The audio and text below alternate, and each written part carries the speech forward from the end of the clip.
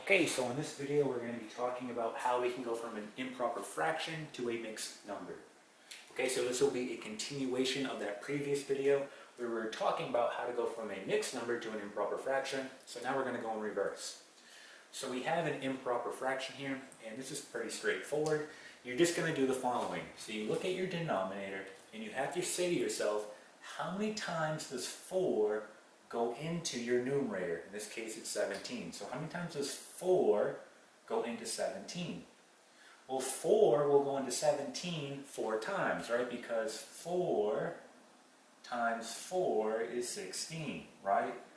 It can't go in 5 times because 4 times 5, right, will give you 20, and that will be more than 17. So at most, it can go in 4 times. So we're going to do the following. We know that 4 can go into 17 4 times, so I'm going to write 4. How many are left over? So if 4 goes into 17 4 times, right, 4 times 4 is 16, there's going to be 1 left over, right? 17 minus 16, there's 1 left over, so you write 1. And then your denominator stays the same. Here it is as a mixed number. And now we can clearly see that this is going to be 4.25, or 4 1/4. Okay? Alright, let's do another example.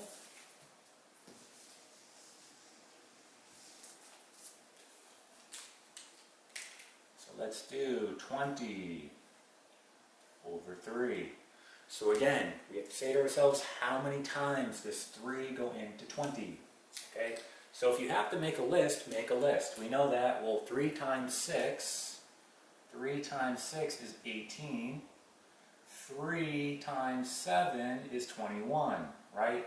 So looking at this, right, if I were to use 7 here, well, that's more than 20, right? Because I get 21. So it has to be 6 times. So 3 will go into 20 6 times, right? So again, I'm going to write 6 here.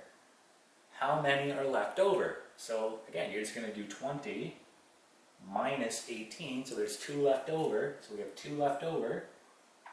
And then we keep our denominator. Okay, so here it is. So again, I can see now that it's 6 2/3, or in other words, 6.66 repeating, right? So that's how you go from an improper fraction to a mixed number.